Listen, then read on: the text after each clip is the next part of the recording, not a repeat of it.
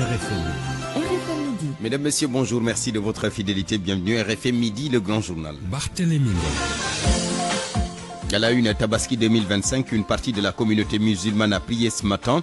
Le reste demain samedi, une énième division. Source d'inquiétude, l'imam Ababakar Cissé Diop de la grande mosquée de l'UCAD appelle à l'unité et interpelle les autorités. Pour lui, seule l'unité du monde musulman peut régler les atrocités dans la bande de Gaza.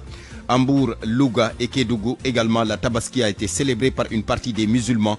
Le point avec nos différents correspondants. Vous l'avez peut-être entendu sur cette antenne, l'indignation des migrants sénégalais rapatriés du Niger. Indignation contre les autorités pour non-assistance. Le coordonnateur national des Baos dément ces allégations. Khadib Bamba Fall fait savoir qu'il était lui-même à l'accueil à l'AIBD hier. Le dialogue national qui a pris fin mercredi dernier, les discussions ont buté sur l'article 80 de la Constitution et sur l'arrêté Ousmane Gom. Décryptage d'analystes politiques dans ce journal. Abdoumbaou, porte-parole adjoint de l'Alliance pour la République, lui dénonce un reniement des tenants du pouvoir actuel et parle d'un simulacre de dialogue. À suivre les actualités internationales avec Anna Rocha, Georges Détié Diop sera également avec nous. Pour la revue de la presse et le sport, les actualités sportives qui restent dominées, vous le savez, par le match de ce soir. Match amical Irlande-Sénégal, coup d'envoi 18h45. Point de vue, les déplacements en masse pour les besoins de la Tabaski sur les routes, hausse des tarifs et accidents. On en parle dans une trentaine de minutes avec nos deux intervenants.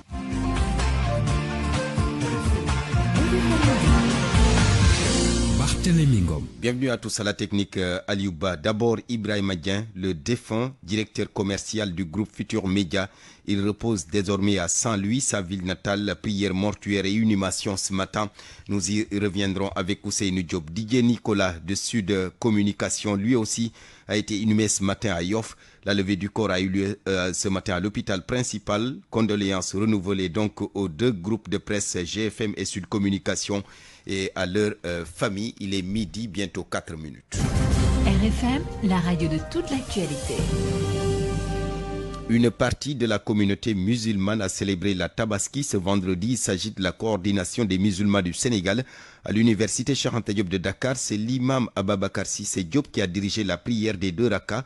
Son sermon était globalement articulé sur l'unité et c'est en ce sens qu'il demande à l'État d'engager des concertations pour que la Tabaski soit célébrée le même jour au Sénégal, tout comme la Korité. L'imam Ababakar Cissé Diop demeure convaincu que seule l'unité du monde musulman pourra définitivement régler les atrocités contre les populations dans la bande de Gaza. Boubacar Dia.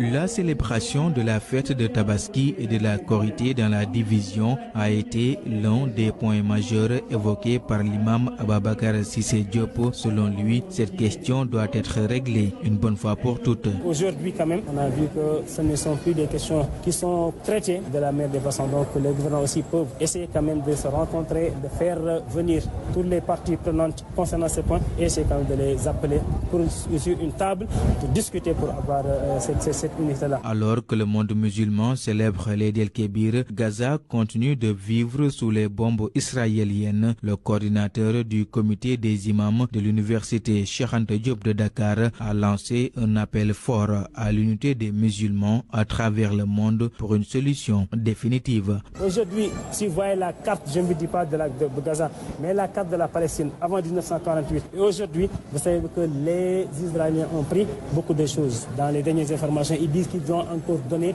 22 nouvelles colonies. Alors qu'ils ont trouvé déjà des gens qui se sont déjà battus pour pouvoir et qui sont dans le terre quand même. Donc aujourd'hui, les musulmans doivent se regrouper, que ce soit l'OCI, le Sénégal, alhamdoulilah, qui est un porte-étendard par rapport à cela aussi. Alhamdoulilah, les présidents ont fait des informations concernant cela. Par ailleurs, l'imam Ababakar Cissé Diop a interpellé l'État du Sénégal, l'invitant à assumer pleinement ses responsabilités face aux agissements de certains individus qui portent atteinte à la foi d'autrui.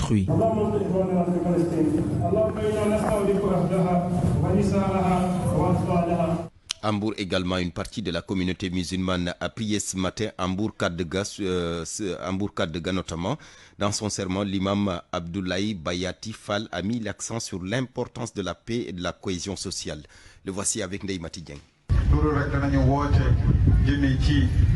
Nous appelons à la paix, C'est le devoir de tout musulman de bonne foi. Mais nous devons éviter aussi toute chose qui peut provoquer la discorde entre frères musulmans. Un croyant ne doit pas vouloir du mal à son prochain, encore moins vouloir le détruire ou détruire ses biens. Un tel comportement est interdit par la religion et ce sont des actes à éviter. Maintenant, il est fréquent de voir des membres d'une même famille qui ne se parlent pas. Personnellement, ce sont des situations que je ne peux pas comprendre. Tout ceci pour dire qu'il est temps de revoir nos comportements. Aujourd'hui est un jour spécial et nous devons prêcher la paix et nous repentir.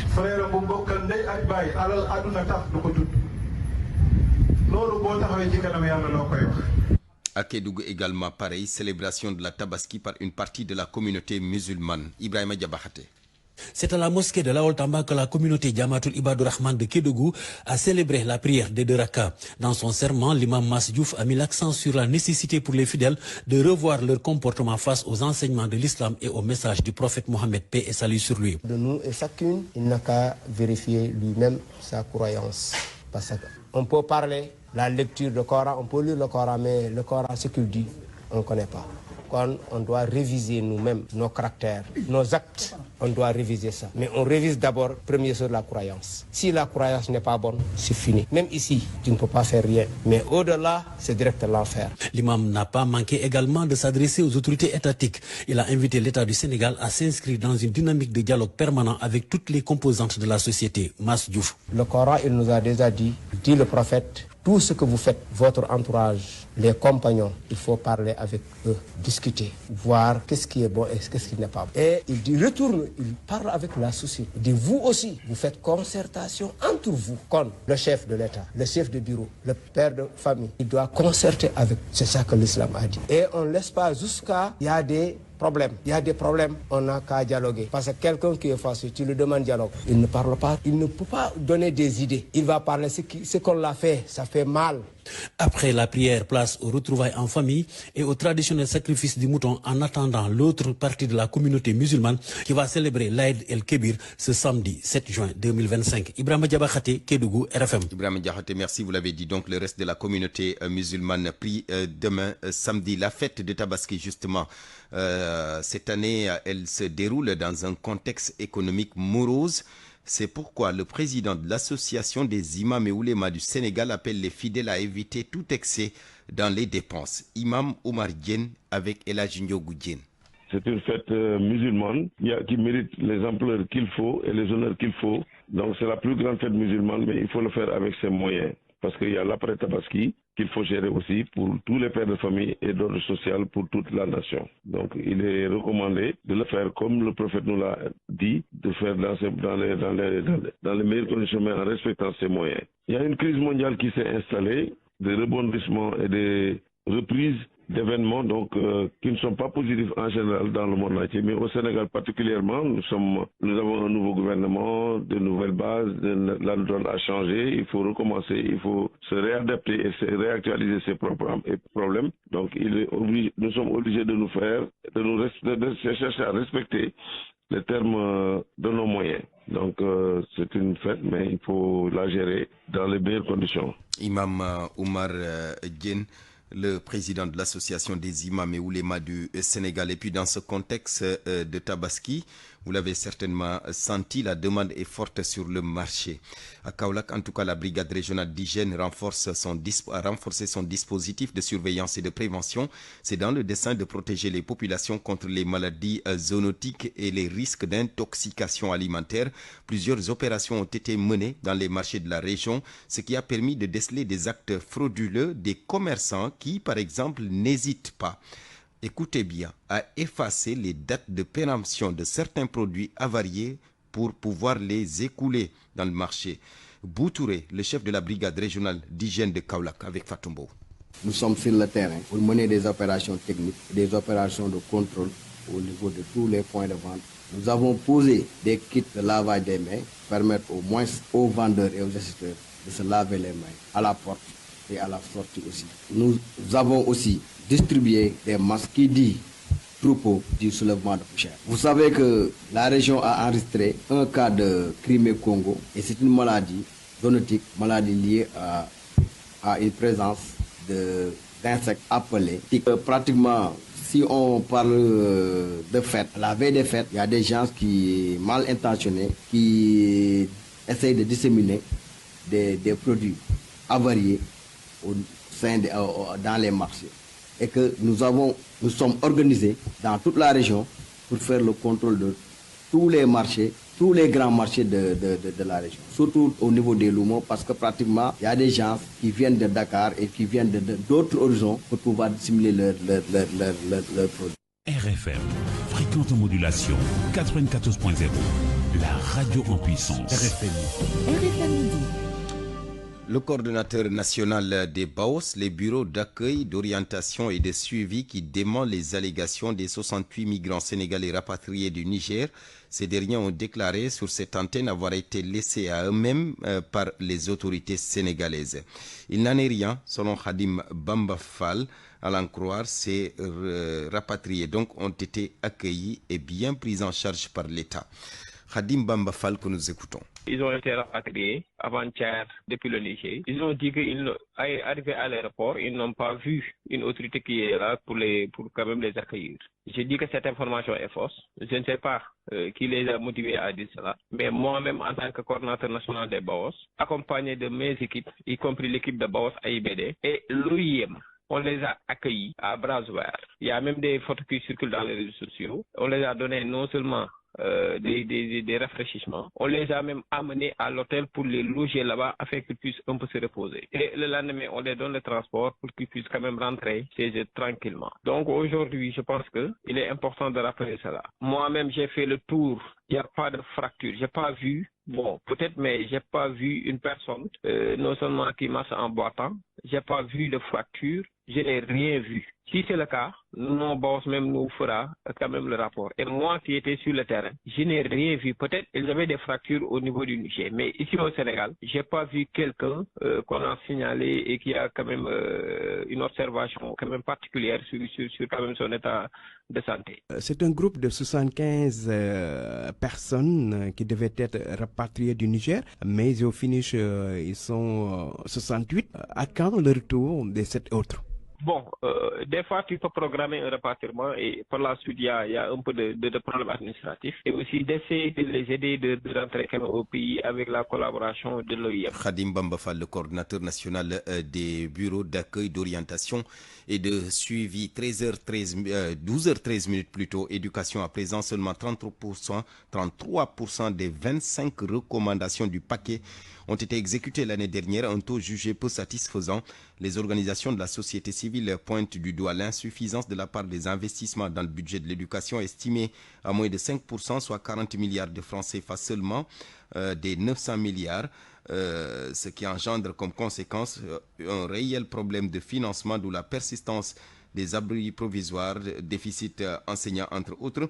En prélude à la 13e revue annuelle sectorielle prévue ce mois de juin, eh bien, la société civile s'est réunie et a engagé un plaidoyer pour plus d'efficacité. Koumba Sanyan Faye. En dépit du budget important alloué à l'éducation nationale, les performances restent peu satisfaisantes. Et chaque année, la revue sectorielle pour le paquet programme d'amélioration pour la qualité, l'équité et la transparence. La société civile avait formulé des recommandations. Le taux d'exécution des 25 recommandations est de 33%. Mamou Sassar de l'ONG Action Aide Internationale Sénégal, membre de la COSIDEP. Il est toujours important de rappeler que le niveau de mise en œuvre est très faible. Sur les 25 recommandations qui ont été élaborées l'année passée, on est à 33% de mise en œuvre. L'un des éléments peut-être les plus choquants, c'est la question du financement de l'éducation qui revient en majuscule. Il nous faudra effectivement mettre l'accent, c'est important pour nous, de remettre l'accent sur ces aspects-là. La société civile trouve préoccupante la question liée au financement, ce qui résulterait de la faible part réservée à l'investissement dans le budget du ministère de l'Éducation nationale. Une part estimée à moins de 5%, seulement 40 milliards des 900 milliards évalués comme budget de l'éducation nationale. L'appréciation, c'est au niveau du financement.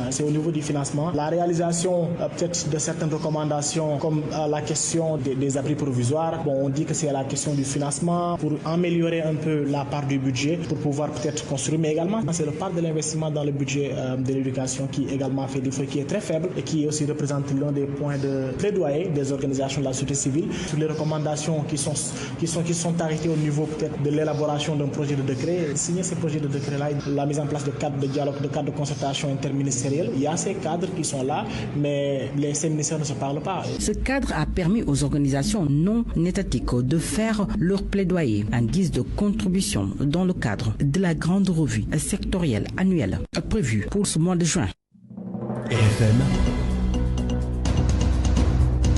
l'actualité politique. L'Alliance pour la République, l'APR, qui fait le bilan du dialogue national sur le système politique qu'elle a boycotté, ça a été un simulacre de dialogue qui n'a rien donné de concret selon le porte-parole adjoint de l'ancien parti au pouvoir, Abdou Mbow, qui dénonce le reniement des actuels tenants du pouvoir sur certaines questions comme la suppression de l'article 80 du code pénal. Il est au téléphone avec Eladji Goudjen. Nous avons toujours été pour le dialogue, mais un dialogue franc, sincère, inclusif. Nous avions dit à l'époque que ce dialogue n'est pas franc, n'est pas inclusif et n'est pas sincère. Et aujourd'hui, au sortir de ce dialogue-là, nous avons vu qu'il n'y a pas eu aujourd'hui un accord que le président peut appliquer demain. Et tout ce qu'ils ont dénoncé quand ils étaient dans l'opposition, je vous parler du pouvoir actuel, ils se sont reniés parce que c'est un pouvoir de reniement, un pouvoir qui ne tient pas parole, un pouvoir composé d'hommes et de femmes qui se sont reniés toute leur vie. Donc je pense que les Sénégalaises et les Sénégalais ont compris pourquoi nous n'avons pas participé au dialogue. Maintenant, vous avez vu par exemple sur l'article 80, sur le chef de l'opposition, il parle de chef de la majorité, mais jamais on n'a parlé de ça. Aujourd'hui, ils sont au pouvoir, c'est pourquoi ils parlent de chef de la majorité. Et vous avez vu un peu sur la Cour constitutionnelle, on a dit qu'on va approfondir le débat, comment on va nommer les gens, pour dire simplement que les questions essentielles qui intéressent les Sénégalais, il n'y a pas eu d'accord là-dessus. Et ensuite, on l'avait dit, il fallait débattre sur les conditions difficiles que vivent les populations. Aujourd'hui, vous avez vu, la situation économique du Sénégal est catastrophique. Nous sommes endettés jusqu'au cou, alors qu'eux, ils dénonçaient cela. On a vu aujourd'hui que sur le marché de l'UMOA, ils passent leur temps à s'endetter. Il y a les problèmes économiques, il y a les problèmes sociaux et je pense qu'il fallait débattre sur la situation économique du pays. Il fallait dialoguer sur la situation économique du pays, voir exactement comment régler le quotidien des Sénégalais. Mais aujourd'hui, malheureusement, ils sont dans une politique politicienne et on l'a dit. Et oui, les discussions lors du dialogue ont buté sur l'article 80 de la Constitution, pas de consensus non plus sur l'arrêté de Ousmane Ngom. Avis d'analystes politiques sur ces blocages, ils se sont confiés à Nafissatou Sila. L'État ne veut prendre aucun risque, il doit sécuriser son régime et conserver son pouvoir, l'analyse d'Hassan Samb, politologue. Un réflexe tout à fait naturel selon lui, et qu'il fallait s'attendre à ce statu quo. Fondamentalement, si vous démocratisez, vous fragilisez la majorité. Vous ne veut pas prendre des risques, donnant trop de pouvoir à des chroniqueurs qui leur sont peut-être hostiles, en donnant trop de pouvoir à l'opposition, en donnant trop de pouvoir à la presse, en donnant trop de pouvoir à la société civile. Et du coup, les gens ne savent pas du tout, que ce soit par ailleurs les bonnes intentions, fondamentalement, les réflexes sont les mêmes, des réflexes de conservation du pouvoir. C'est le statu quo ante, certaines préoccupations, mandat de dépôt et autres, tout cela ne change pas. Hassan Samb estime qu'il s'agit d'un système ancré au Sénégal depuis des décennies. Depuis 5 ans, le système n'a jamais changé. Maintenant, on peut améliorer un peu, modifier certaines dispositions, améliorer le processus électoral, crédibiliser le fichier, etc. Mais en toile de fond, les questions fondamentales politiques, institutionnelles liées aux libertés restent les mêmes. Quel que soit le régime, quelles que puissent être les promesses, les gens, une fois au pouvoir, reculent devant certaines réalités. Oui, parce que fondamentalement, c'est le même système présidentiel avec le désir de tout contrôler. Le président ne quitte pas le Conseil supérieur, l'article 80 est là, a toujours survécu aux différents régimes, même s'ils l'ont combattu, et ainsi de suite. On l'a observé avec Abdou Diouf, Abdoulaye Wade, après Macky Sall, les gens, malgré les promesses, sont restés un peu sur le privilège. Al-Hassan Seck, un autre politologue, axe son analyse sur la question des libertés d'expression et des droits de l'homme, mais il s'avoue perplexe. Que ce soit l'arrêté de Ousmane Ngom, que ce soit l'article 80, je pense qu'il nécessite encore d'autres assises parce que c'est des questions qui doivent être analysées au regard véritablement du développement des libertés. Aujourd'hui, il y a des libertés qui ont évolué véritablement avec les réseaux sociaux. Je pense qu'il faut aller en profondeur sur ces questions-là pour pouvoir pouvoir les régler. C'est des questions qu'on ne pouvait pas régler en 5-4 jours. Et la position de la majorité sur la question de l'arrêté Ousmane Ngom n'est pas à occulter. Al-Hassan Seck. Je ne comprends pas la majorité parce que c'est une question que la majorité elle-même avait portée en bandoulière pour pouvoir la résoudre. Je ne pense pas pourquoi cette question-là est encore en suspens et fait l'objet de désaccords parce que l'arrêté Ousmane Ngom doit être purement et simplement imprimé. Donc c'est là où effectivement je me pose des questions. Ce qu'il faut retenir du point de vue de nos analystes politiques, c'est qu'il sera très difficile de se départir de ce système politique. RFM. L'actualité internationale. À midi, bientôt 22 minutes. Anna Rocha, bonjour. Bonjour Barthélémy Ngom, bonjour à tous. Et d'abord, les actualités internationales. La guerre dans l'est de la République démocratique du Congo, le Qatar qui présente un projet de paix à Kinshasa et au M23. C'est une proposition de paix qui fait suite à un cycle de négociations au Qatar, a fait savoir à l'AFP une source au fait des pourparlers. Les deux parties se sont engagées sur les questions essentielles qui sous-tendent le conflit. Koumba Sandiane Faye pour plus de détails. Le gouvernement de la République démocratique du Congo et le mouvement M23 qui le combat dans l'est du pays se sont vus présenter un projet de proposition de paix à l'issue d'un cycle de négociations au Qatar, a fait savoir une source au fait des pourparlers.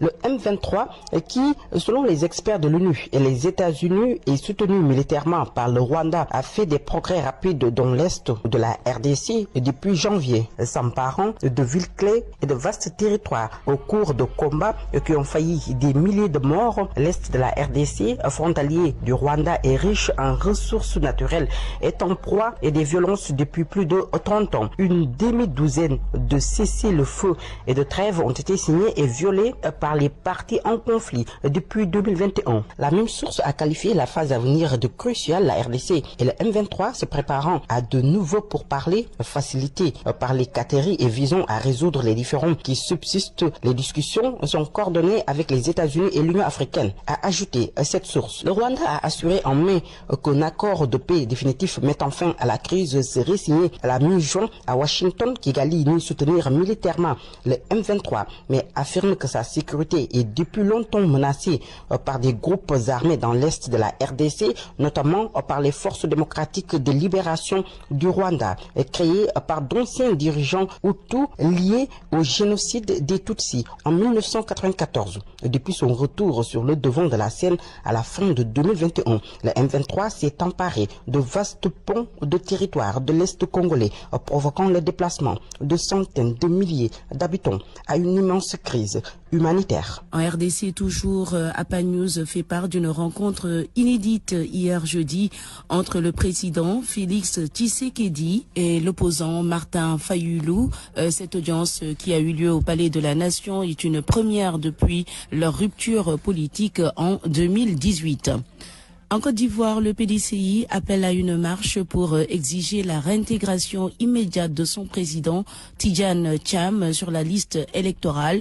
Le secrétaire exécutif du Parti démocratique de Côte d'Ivoire a fait une déclaration au lendemain de la publication de la liste électorale définitive par la commission électorale indépendante à 4 mois de la présidentielle ivoirienne.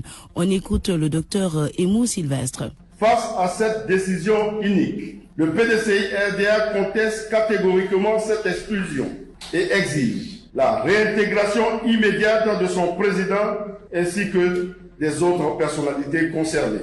Le PDCI-RDA fait observer que cette manœuvre antidémocratique orchestrée à quelques mois de l'élection présidentielle d'octobre 2025 heurte la confiance des citoyens dans le processus électoral et inquiète sur les risques que l'on fait courir à la paix et à la stabilité du pays et de la sous-région.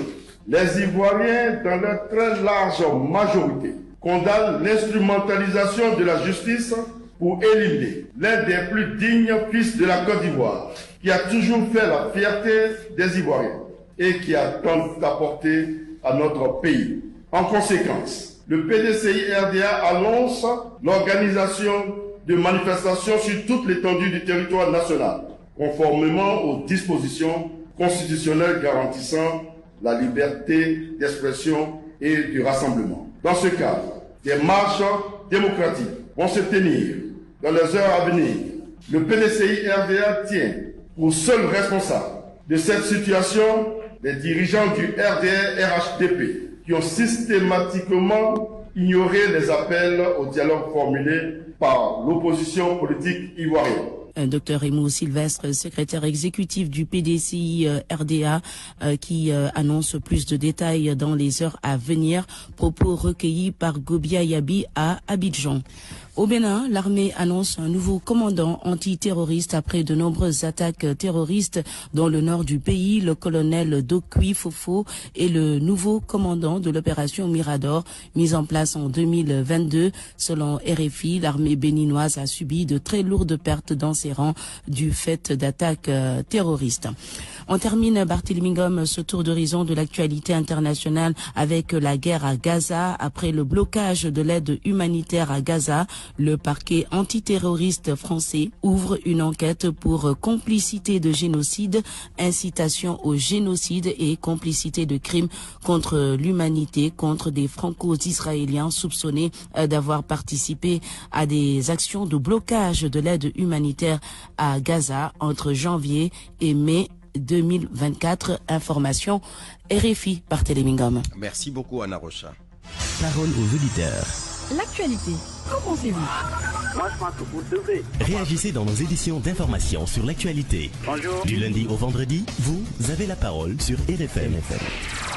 Point de vue, les déplacements en masse pour les besoins de la Tabaski sur les routes, hausse des tarifs et accidents, on en parle tout à l'heure avec nos deux intervenants. Nous serons notamment avec Malik Diop, le secrétaire général du mouvement Dolel Transport, et Modoukan Diaw, ancien directeur adjoint des transports routiers. RFM Sport. Georges Déthié Diop dans ses habits de sportif. Bonjour. Bien bonjour Barthélémy Ngom. Du football, le Sénégal qui joue ce soir contre l'Irlande. Match amical à 18h45 à Dublin, la capitale irlandaise. Un bon test avant de jouer l'Angleterre la semaine prochaine, selon Abdoulaye Diaw. Les Lions peuvent bien s'en sortir. Abdoulaye Diaw dans l'instant, la Diaw dans RFM Matin ce matin. Ils ne seront pas dépaysés parce que vous savez, il y a des footballs. On ne joue pas au football chez les Latins comme on joue au football chez les Anglo-Saxons. Je me souviens, avant, les Français avaient une peur bleue des Anglo-Saxons qui courent, qui sautent, qui donnent des coups de boutoir. Leur intensité est presque agressive. Maintenant, les Français sont habitués à ça. Avant, la France ne battait pas l'Italie. Maintenant, la France bat l'Italie parce qu'ils ont appris à s'habituer au football italien par le séjour de joueurs français qui ont eu à faire de bons résultats avec des clubs français. Maintenant, ils n'ont plus la frousse, les Italiens. Ils n'ont plus la frousse des Italiens, les Français. Alors, les Sénégalais ne seront pas dépaysés à l'idée de devoir jouer l'Irlande. C'est un style anglais ou que s'apparente du football anglais. Ils vivent en Angleterre, les Sénégalais. Je les vois faire un bon match. Et même devoir gagner ce match contre l'Irlande. Parce que l'Irlande est d'un cran au-dessus de l'Angleterre qu'ils vont jouer après. Heureusement que la succession des matchs se passe bien. Ça aurait été compliqué de commencer par l'Angleterre. Maintenant qu'ils commencent par l'Irlande, ils vont grandir dans ce match, acquérir de quoi faire bonne figure contre l'Angleterre. Ils devraient pouvoir faire très bonne figure contre l'Irlande ce soir. Après l'Irlande, ce sera au tour du match Angleterre-Sénégal prévu mardi prochain au City Ground, le stade de Nottingham Forest. On joue également dans d'autres stades ce vendredi. Russie, Nigeria à 17h à 20h, Maroc, Tunisie, 1 heure avant à 16h, Burundi, Guinée-Bissau, Afrique du Sud, Tanzanie, Guinée équatoriale qui joue contre la Gambie, la République centrafricaine joue contre la Mauritanie, Zimbabwe, Burkina Faso à 19h, le Niger contre le Gabon, le Cameroun joue contre l'Ouganda. Qualification Coupe du Monde Europe, Macédoine, Belgique ce soir. Autre match Estonie, Israël, Norvège, Italie, Gibraltar qui va croiser la Croatie. Entre autres rencontres à suivre ce vendredi. En Europe toujours, la Ligue des Nations, Portugal-Espagne, c'est l'affiche de la finale. L'Espagne a rejoint le Portugal en éliminant hier la France 5-4. Finale prévue dimanche à Munich en Allemagne. La veille, demain samedi donc, la France et l'Allemagne vont jouer pour la 3e place. Lutte avec frappe, le combat Reug Boy Niang 2 reporté à la saison prochaine. Reug est indisponible pour une période de 2 mois selon le journal Le Soleil. Les médecins orthopédistes saisis par la commission médicale du CNG pour faire une contre-expertise concernant sa blessure ont confirmé les anomalies cliniques de Reug à l'épaule et lui ont délivré un certificat médical. Le combat Reug Boy Niang était prévu pour le 29 juin, une affiche de Gaston Productions. Nous restons avec la lutte. Une délégation du CNG conduite par son président est à Dijon en France depuis une dizaine de jours. C'est pour un partenariat avec le CREPS de Dijon, le centre de ressources et d'expertise et de performance sportive, en partenariat donc en perspective des Jeux olympiques de la jeunesse. Les explications du président du CNG, Malick Ngom, que je vous propose d'écouter, nous l'avons joint à Dijon. Le CREPS avait signé également une convention avec le Comité national olympique et par la même occasion, nous avons pu décrocher ce partenariat avec ce même centre pour préparer les Jeux olympiques de la jeunesse. Sur le principe, sur le protocole d'accord, ils ont pris en charge une bonne partie de la délégation composée de jeunes lutteurs qui préparent les Jeux olympiques de la jeunesse, 4 filles, 4 garçons, un entraîneur et moi-même pour ratifier en quelque sorte la convention. Nous sommes venus en apprentissage ou dans le cadre des préparatifs. Les jeunes ont profité des infrastructures de haut niveau. Ils ont profité également de l'expertise des techniciens qui sont sur place. Je peux citer Guéno, qui était un champion olympique en 2008-2012, et d'autres experts qui sont là dans le domaine de la lutte pour apprendre à nos jeunes lutteurs des techniques de lutte, surtout la lutte debout. Parce que n'oubliez pas que les Jeux olympiques de la jeunesse, la discipline retenue, c'est la lutte de plage. Et à ce niveau, nous savons que nos jeunes ont déjà des prédispositions, mais il est bien quand même de changer de cap, de changer de milieu pour un échange d'expérience. Par la même occasion, nous avons eu à participer au tournoi régional de la Bourgogne-Franche-Comté à Monceau avec des jeunes U17 et nos 8 jeunes ont raflé pratiquement toutes les médailles. Ils ont été décorés par le maire de Monceau qui a été vraiment émerveillé par le talent de ces jeunes âgés de 15 ans. 16 ans. Donc c'est toujours dans ce cadre de préparation que nous avons également reçu le président du club de Lyon-Saint-Priest qui également envisage un autre partenariat avec le CNG de lutte. La délégation revient à Dakar-Barthélemy demain samedi. Merci Georges. RFM reportage. Et nous reparlons de la fête de la Tabaski célébrée aujourd'hui donc par la coordination des musulmans du Sénégal. Prière également ce matin à Louga.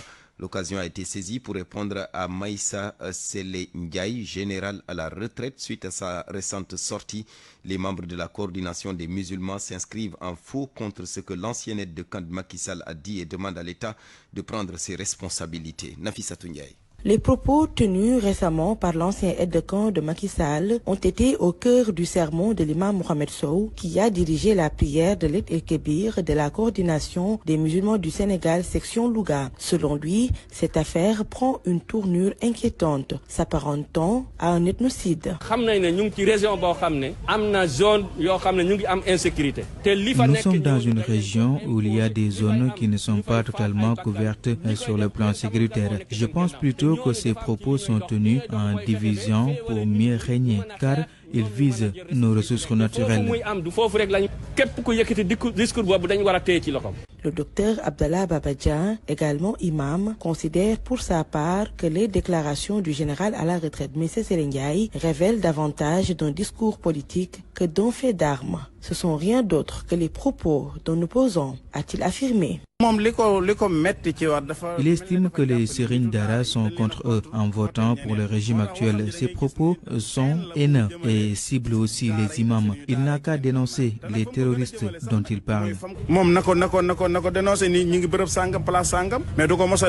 Pour le général Ndiaye, les véritables cibles dans cette affaire ne sont autres que les fondateurs des grandes confréries religieuses du Sénégal, nous dit toujours Dr Abdallah Babadjan. L'État doit prendre ses responsabilités. Le général à la retraite doit être arrêté pour qu'il amène des preuves.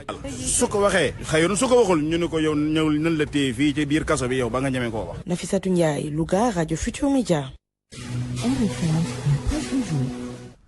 Les quotidiens de ce vendredi largement revenus donc sur ce week-end religieux au Sénégal. Tabaski pour les musulmans, Pentecôte pour les chrétiens. Georges Déthié. Un week-end de ferveur religieuse. La communauté musulmane et la communauté catholique célèbrent successivement la Tabaski et le pèlerinage marial national de Popenguine. Le soleil bien inspiré, image qui parle, fait état d'un week-end de dialogue des religions. Sud Quotidien lui emboîte le pas et salue une exception sénégalaise. Le quotidien national Le Soleil souligne qu'une partie de la communauté musulmane fête l'Aïd el-Kébir aujourd'hui, l'autre demain. Le confrère relève qu'au-delà du sacrifice rituel, la Tabaski est un acte de dévotion, mais surtout un appel à la soumission à Allah et au respect des parents. Les imams Moustapha Sarr et Alun Badarangom le rappellent dans le journal qui consacre un grand angle à l'Aïd el-Kébir ou fête du mouton. Dimanche, la communauté catholique fête la Pentecôte et le lendemain, lundi, la 137e édition du pèlerinage marial de Popenguine. La messe solennelle sera présidée par l'évêque de Nouakchott en Mauritanie, Monseigneur Victor Nyon, qui a accordé une interview au quotidien national Le Soleil. Dans l'entretien, il revient sur les missions singulières de l'église mauritanienne, les défis d'un ministère intermusulman, le sens profond du pèlerinage marial et les récents événements qui ont marqué la vie de l'église dans le monde et dans la sous-région. Entretien à lire à la page 18 du journal qui informe que près de 26 000 marcheurs sont attendus à Popenguine. Le Soleil qui plonge ses lecteurs dans l'histoire du pèlerinage et rappelle que le sanctuaire marial avait accueilli ses premiers pèlerins en 1888, le 22 mai, sous la présidence de Monseigneur Picarda, vicaire apostolique de la Sénégambie. Le Sénégal qui sort du dialogue national sur le système politique. Walf Quotidien fait focus sur le sujet et affirme que Pastef veut faire table rase. L'ancien président Macky Sall et son parti, l'Alliance pour la République, n'ont pas pris part à ces concertations, mais Macky est présent, bien présent dans l'actualité. Cela du fait de sa candidature supposée au poste de secrétaire général de l'ONU, ce qui n'est pas du goût de certains responsables de l'actuel régime qui ont clairement affiché leur position. L'ancienne première ministre Aminata Touré, la ministre des Affaires étrangères Yassine Fall, le directeur général de la Caisse des dépôts et consignations Fadilou Keïta. Réumi Quotidien en déduit que l'État du Sénégal oppose son veto. Réumi Quotidien qui s'arrête par ailleurs sur des tentatives d'enlèvement à Paris et Nantes en France, des tentatives d'enlèvement qui impliquent un compatriote. Selon Réumi, 25 suspects sont arrêtés, dont un natif du Sénégal. En sport, en attraction, le match amical Irlande-Sénégal ce vendredi. Les rares journaux parus ce matin en parlent. Les Lions face au défi des Boys in Green, relève Le Soleil. Les Lions pour marquer l'histoire d'Aviva Stadium, renchérit Walf Quotidien. Réumi Quotidien, lui, donne la parole à l'entraîneur des Lions, Pape Thiaw, pour qui il faut faire bonne opposition et remporter le match. En tous les cas, pour Sud Quotidien, il s'agit d'un test pour septembre. Sud qui pleure Nicolas Diop. Didier Nicolas, décédé hier. Le cœur lourd, Sud rapporte que le groupe Sud Communication perd un de ses ambassadeurs. Le groupe Futur Média a aussi perdu son directeur commercial. Ibrahima Dieng a rendu l'âme hier. Paix à leurs âmes, à vos kiosques et bonne lecture. Parole aux auditeurs. L'actualité, qu'en pensez-vous? Merci Georges Détié Diop. Midi, 38 minutes, place maintenant au débat. Point de vue, les déplacements en masse pour les besoins de la Tabaski sur les routes, hausse des tarifs et accidents. Pour en parler, nous sommes avec Malik Diop. Monsieur Diop, bonjour. Bonjour. Barthélémy, oui, vous êtes le secrétaire général du mouvement Dolel Transport. Notre deuxième intervenant, Modoukan Diaw. Monsieur Diaw, bonjour. Bonjour. Ancien directeur adjoint des transports routiers du Sénégal. D'abord, la parole à Malik Diaw, le secrétaire général du mouvement Dolel Transport. À l'approche donc de la Tabaski, en tout cas l'une des fêtes les plus importantes de l'année au Sénégal, on note une hausse des tarifs, mais également ça ne se limite pas aussi aux tarifs des personnes, mais aussi même pour les bagages, les tarifs ont connu une hausse vraiment fulgurante. D'abord vous, en tant que secrétaire général du mouvement Dolel Transport, est-ce que vous comprenez cette hausse? Est-ce que c'est normal? Bon, merci M. Barthélémy. Récemment, le ministre M. Yankhoum Bodiemé avait faire une sortie à l'approche de la fête de la Tabaski pour appeler les acteurs à la prudence sur la route et la non-augmentation des tarifs de transport. C'est un geste que le mouvement Dolel Transport a applaudissé. Ces messages sont essentiels pour garantir la sécurité des usagers et de préserver le pouvoir d'achat des citoyens sénégalais en cette période festive. Mais le mouvement Dolel Transport souhaiterait aller au-delà de ces recommandations saisonnières. C'est pourquoi on avait interpellé le ministre du Transport, M. Yanko Bédémé, c'est des problèmes qui minent le secteur du transport depuis trop longtemps. C'est pourquoi nous attendons avec impatience des réponses à des actions concrètes concernant plusieurs points cruciaux, qui sont le fléau du transport illégal et de la concurrence déloyale, aussi l'interdiction absurde de circuler la nuit. Il y a aussi le problème de l'interdiction de circuler la nuit. Aussi, il y a le problème du volet de formation et le renforcement des capacités des acteurs du transport. Oui, ça peut-être c'est à long terme, mais de facto, ce qu'on constate aujourd'hui, et c'est pratiquement à chaque approche de grande fête, on note une hausse des tarifs. Est-ce que cette hausse-là se justifie? Non, cette hausse-là ne se justifie pas. C'est pourquoi c'est des problèmes qui datent trop longtemps. C'est des problèmes qui gangrènent le secteur du transport, ça fait longtemps. Nous avons besoin de réorganiser le secteur du transport. Mais le secteur du transport est malade au fond. Et les autorités de ce pays ne peuvent pas asseoir avec les acteurs et de trouver une résolution qui sera durable. C'est pourquoi c'est les mêmes choses, c'est les mêmes cas qui se répètent chaque fois l'approche des fêtes de la tabaski où la demande est supérieure à l'offre. On constate des hausses un peu partout. C'est pourquoi nous, en tant qu'organisation professionnelle, nous avons demandé à l'État du Sénégal, à la ministre du Transport, d'essayer de s'asseoir avec les acteurs, d'essayer de trouver des solutions qui sera pérennes pour le secteur du transport. Mais ce que nous constatons, c'est un désarroi total, parce que ces mois-ci sont un peu difficiles. Aussi, il y a certains acteurs qui ont tendance à augmenter les tarifs. C'est pourquoi nous demandons qu'on s'assoie dans une table. D'accord. Je reviens à vous tout à l'heure pour aborder un peu ces mots, les mots qui gangrènent le secteur du transport au Sénégal. En tout cas, ce qu'on constate est que c'est un dilemme des voyageurs face aux tarifs exorbitants et au désir de retrouver leur famille. Modoukan Diaw, ancien directeur adjoint des transports routiers du Sénégal, sur la question, d'abord avant d'arriver sur la problématique des accidents, sur cette hausse des tarifs, certains pensent que c'est normal une hausse, mais simplement cette hausse est un peu exagérée. Oui, bonjour tout le monde. Je tiens à vous rappeler que je suis ancien adjoint du directeur des transports routiers et ancien aussi secrétaire général du Fonds de développement des transports. Aujourd'hui, je dirige un cabinet qui œuvre dans le secteur des transports qui s'appelle NKD Vision Holding. Voilà, donc pour ce qui concerne donc cet événement majeur important pour le Sénégal, où il y a un fort mouvement de population qui voyagent vers le lieu de tabaski. Donc, toujours l'État prend des mesures exceptionnelles, comme à l'accoutumée. Il faut se rendre compte qu'effectivement, les prix, c'est l'offre et la demande. La politique des prix, c'est l'offre et la demande.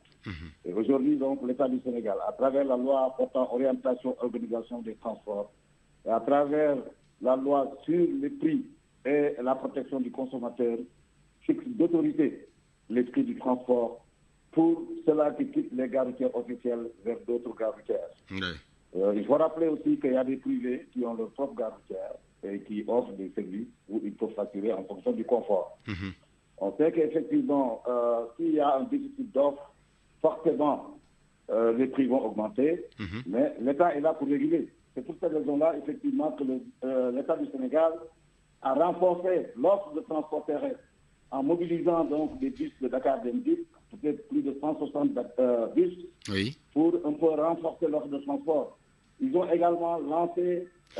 Dakar Demdik certes mobilise des bus, mais tout le monde ne peut pas avoir accès à ces bus. Donc je dis qu'il y a aussi l'offre privée. Il y a les opérateurs privés qui ont aussi leur offre. Ils viennent renforcer l'offre pour éviter le déficit de l'offre. Ils ont mis également le chemin de fer. Donc les grands trains du Sénégal vont desservir certains corridors avec plus de 10 rotations. Ça, c'est important pour renforcer l'offre. Le transport aérien, surtout vers le sud également, c'est important. Ils ont pris des mesures pour faciliter la circulation parce qu'il y a beaucoup de tracts qui retardent un peu la circulation. Ça aussi, ça fait que les gens ne peuvent pas faire assez de rotation. Il y a aussi l'interdiction de circuler la nuit. Ça aussi, il faut que l'État le lève dans ces moments exceptionnels. Parce qu'il y a un important dispositif qui est mis en place pour sécuriser donc les déplacements avec la police, les eaux et forêts et tout cela, aussi empêcher le vol de bétail. Donc, en tout cas, les transporteurs, M. Diaw, les transporteurs justifient cette augmentation, cette hausse, j'allais dire, par la nécessité de compenser les trajets de retour souvent effectués avec des bus vides. Est-ce que ça se justifie, ça? Oui, moi je l'ai toujours justifié. C'est vrai que quand vous voulez faire une rotation, le retour est à vide, généralement, pour faire assez de rotation. Et ça implique des coûts, parce que vous ne roulez pas avec de l'eau, vous roulez avec du carburant, vous usez vos pièces de rechange, vous usez les pneus. Et donc, une légère hausse peut être justifiée. Mais il ne faut pas exagérer. Chacun doit faire des efforts. Oui, c'est là où se trouve le problème, parce qu'on a l'impression que les prix ont été triplés, sans compter maintenant les prix pour les bagages. C'est dommage que les derniers prix qui ont été réglementés aujourd'hui au Sénégal, ça remonte de 2009. C'est le décret portant donc réglementation des tarifs de transport public. Donc pour vous, il faut réactualiser les prix en fonction de la situation économique actuelle. Entre-temps, le prix du carburant a augmenté, tous les coûts des facteurs ont augmenté, vous le savez. Donc forcément, et ce n'est pas des philanthropes, ils ne vont pas rouler à perte, c'est tous les privés. L'État peut subventionner le transport, mais pas les privés. Les privés, ils doivent s'en sortir, mais avec des marges qui ne fusent pas. Si c'est des marges élevées, ça, c'est pas bon. Donc l'État est là pour réguler. À défaut d'avoir une offre assez importante et diversifiée qui permettent aux gens de voyager avec des tarifs accessibles, les gens mettent des marges raisonnables. D'accord. Je reviens à vous tout à l'heure, M. Diaw. Malik Diop, au-delà de cette hausse notée sur les tarifs du transport, il y a la problématique liée aux accidents de la circulation. C'est un drame parce que plusieurs victimes, des décès, des blessés, des handicapés à l'issue de ces accidents. Depuis lors, on sensibilise, mais le phénomène reste entier. Mais le phénomène va rester entier parce que, je te dis tout à l'heure, que les acteurs ont besoin d'un renforcement de capacité, de besoin de toujours être formés et d'essayer de trouver des solutions pour mieux organiser le secteur du transport. Tout à l'heure, on parle de la hausse des prix, mais il y a des dards un peu partout que l'État ne contrôle pas. Chaque fois que le ministre sort, il sort vers le marché, alors que tous les transporteurs ne sont pas à l'intérieur du gare routier de Beaumarchais. C'est pourquoi le problème du transport reste entier. Je dis tout à l'heure, le fléau du transport illégal, c'est la concurrence déloyale. C'est une déficit pour le transport professionnel. Et ça peut prouver même l'augmentation de ces tarifs.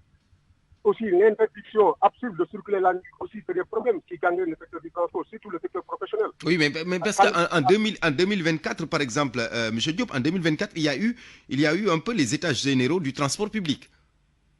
Oui, les états généraux du transport public, on a des résolutions, mais il y a des points non désaccord, où on a remis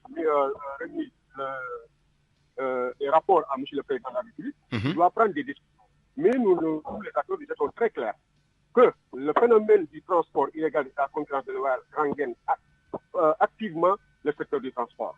Il y a aussi le problème l'interdiction de circuler la nuit. Quand on interdit le professionnel de circuler la nuit, d'autres transports illégaux sont en train de circuler à n'importe quelle heure. C'est des problèmes. Il y a aussi le problème de difficulté du parc et de manque d'accompagnement pour renouveler le parc du transport. Tous ces problèmes, ce sont des facteurs vraiment qui gagnent le secteur du transport. Et ça prouve que ça demande une nécessité que tous les acteurs et l'État du Sénégal puissent s'asseoir sur une table. Les assises du transport. À les assises du transport, il y a des réductions sur les assises du transport, mais il y a aussi des points de désaccord que les acteurs voulaient qu'on revoie ces points pour qu'on puisse améliorer le système du transport au Sénégal. Mais regardez les conditions de travail des acteurs professionnels, qui sont très difficilement encore, qui ne réussissent pas à rentrer dans le fond. C'est pourquoi, en partant dans les régions et revenir en ville, mais ça, c'est un problème. Ils sont obligés de faire un peu de hausse pour essayer de compenser le manque. D'accord, merci, voilà. Merci Malik Diop. Vous allez poursuivre le débat tout à l'heure dans le journal en Wolof. Modoukan Diaw, je termine avec vous. La route qui est devenue un mouroir surmontée de désordre. Qu'est-ce qu'il faut faire concrètement pour régler ce mal? Oui, comme vous le savez, donc la route est un mouroir. C'est vrai qu'il y a des accidents qui sont récurrents. et que l'État a eu à tenir des états généraux, a eu à proposer des réformes, mais il y a des lenteurs dans les réformes. Un code de la route a été voté à l'Assemblée nationale depuis 2022. Le décret d'application n'est pas encore sorti jusqu'à présent. Voyez-vous. La loi portant orientation et organisation des transports, la loi a été votée en 2020. Il n'y a pas encore de décret d'application pour l'accès à la profession, pour la régulation du marché et pour la création des gares routières. La formation également.